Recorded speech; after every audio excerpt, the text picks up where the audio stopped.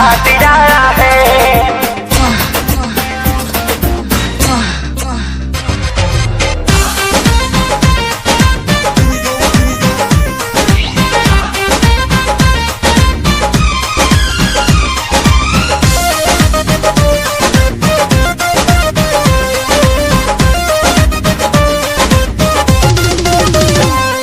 नया साल में प्यार का अवार्ड आया है, झलक रहा है।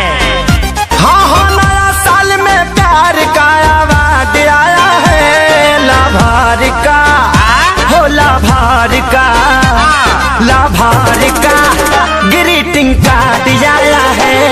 लाभार का ग्रीटिंग कार्ड आया है। ये तो खुशखबरी है। चुप चुप खुशखबरी।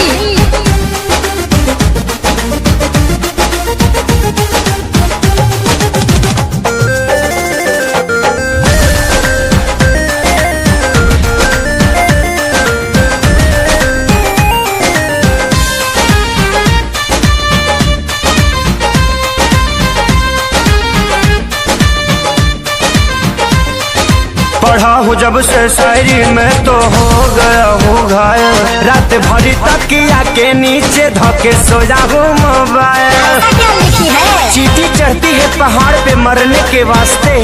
मैं ग्रीटिंग कार्ड भेज रही हूँ प्यार करने के वास्ते। Oh my God, दर्द है, दर्द है। हाँ, दूध में चाउर पड़ता है तो खीर होता है। चीनी भी डाल। दूध में चाउर पड़ता है तो खीर होता है। जिसके दिल में प्यार नहीं है वो तो फकीर होता है। Oh my God, फीलिंग है, फीलिंग है। बड़े दिनों के बाद उनको याद आया है।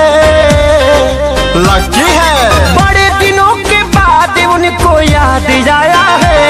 लाभार का हो लाभार का, लाभार का ग्रीटिंग कार्ड आया है। लाभार का ग्रीटिंग कार्ड आया है।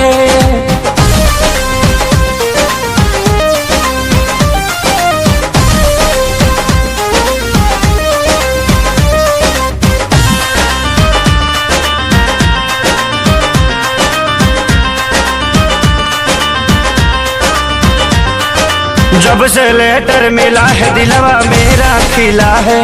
भूल गया हूँ मेरा घर का बना जिला है। छापाड़ा रे पगला, आगाओ बॉक। भेज रही हूँ ग्रीटिंग कार्ड, चंदन से कम नहीं। महक रहा है, महक रहा है। ये जो मेरा दिल है लंदन से कम नहीं। Oh my God! चांदनी चांद से होती है सितारों से नहीं। मैं तो सिर्फ आपसे मोहब्बत करती हूँ जानू, हजारों से नहीं। Oh my God, मार ही डाला रे।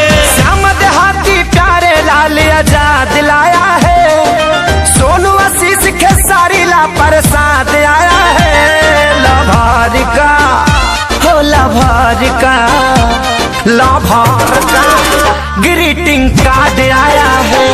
लाभार का ग्रीटिंग कार्ड आया